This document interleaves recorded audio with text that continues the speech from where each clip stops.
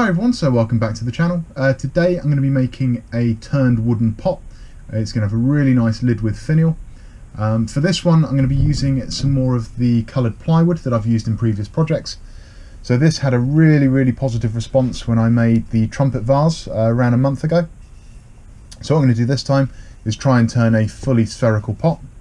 So to do that I'm going to take about half of the piece of timber and mount it on the lathe. I'm going to turn the initial spherical shape and then cut it in half, put the bowl recess in one side and then put the lid on the other, and then once they're turned I'll put the two of them back together on the lathe and then do the finishing touches, sanding and sealing. So that should make a really nice uniform shape, and it should make the seam almost invisible. You will see it slightly, but it should make it as invisible as possible.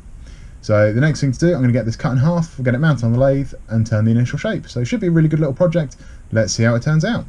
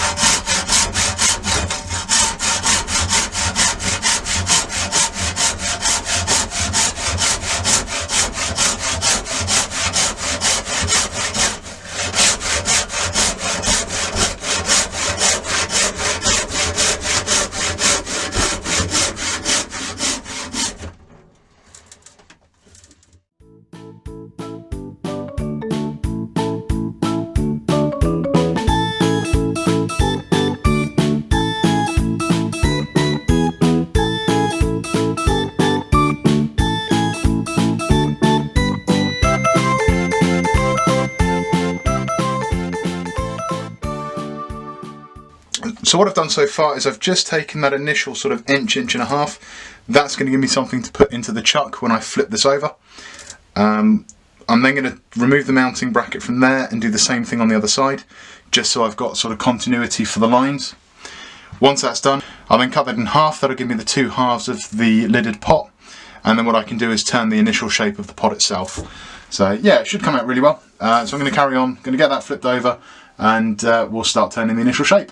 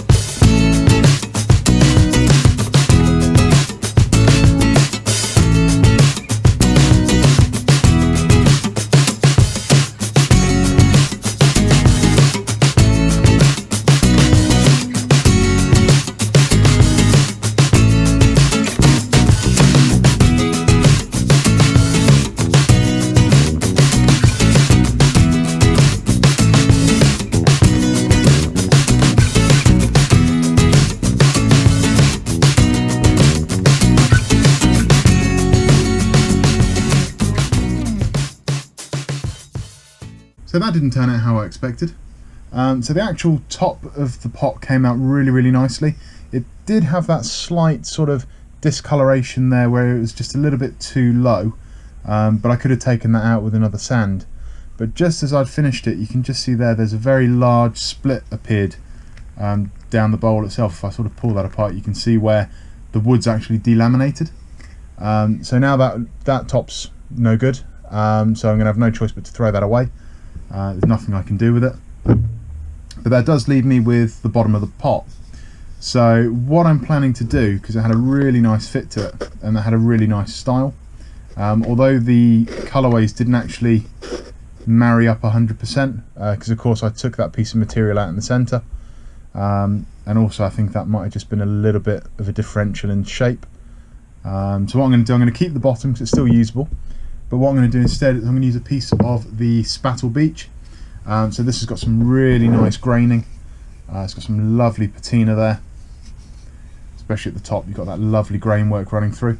So what I'm going to do is I'm actually going to cut a section of this off, because that fits the diameter, and then I'll get that mounted on the lathe. What I'll do then is turn the initial shape, try and get as tight a fit as possible onto the actual bowl itself, and then once that's done I can turn another lid very similar to this one, which I can then put onto the finished piece itself. So it is going to look a little bit different than I was expecting. It did have a really nice feel to it and a nice style, but there we go, one of those things. So I'm going to get that cut down, get it mounted on the lathe, and we'll start turning.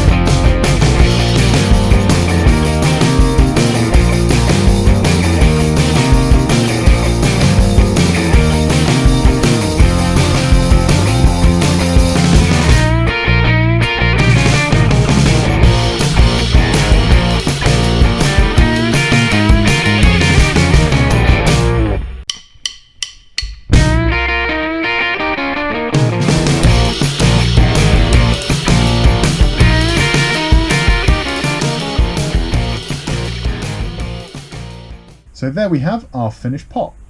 So relatively happy with the end result on this one. There is room for improvement. I mean, the main thing with that is that the actual lid cracked, which didn't help. So I had to create a whole new concept in very short space of time. To give you an idea, the lid actually cracked on the Monday night and the videos go live Friday morning. So it only gave me a couple of days to come up with an alternative, get it made, and then have the finished product. So really happy with the end result, but it could have been better. I don't find the piece flows very well. It seems to stop and start. I think what I probably should have done was removed the finial in its entirety and then had the coloured plywood that I use for the Christmas decorations, which is the same colourway but just in a smaller diameter, and made a finial from that. That way you'd have had a nice coloured base, a wooden top, and then a coloured finial. It would have just had a bit more flow. This feels it feels like a marriage, so you've got two separate pieces being joined together into one product. I still like it. I think next time what I'll do with one of these is probably go 3/4 of the way up, 4/5 of the way up, and have a very large spherical section and then have a small removable lid. This does have a lot of wasted space regarding sort of, you could put things into the base, but you've only got a very small section to put them in. You could put something quite tall and then, the lid would accommodate that. But I think next time if I do a 3/4, so sort of up to about there, and then the top section is just a little piece that you remove, I think will work a little bit better. So I'd give it a strong 6 to low 7 out of 10 on the project. Happy with it, but there is room for improvement. So I hope you enjoyed the video. If you did, please do like and subscribe to the channel. It does let me know I'm doing a good job, that you're enjoying the content I'm creating. Do also check out my social media. I'm on Facebook and Instagram, and you can check out the website at purpleheartwoodturning.co.uk. So thanks for watching, and I'll see you for the next video.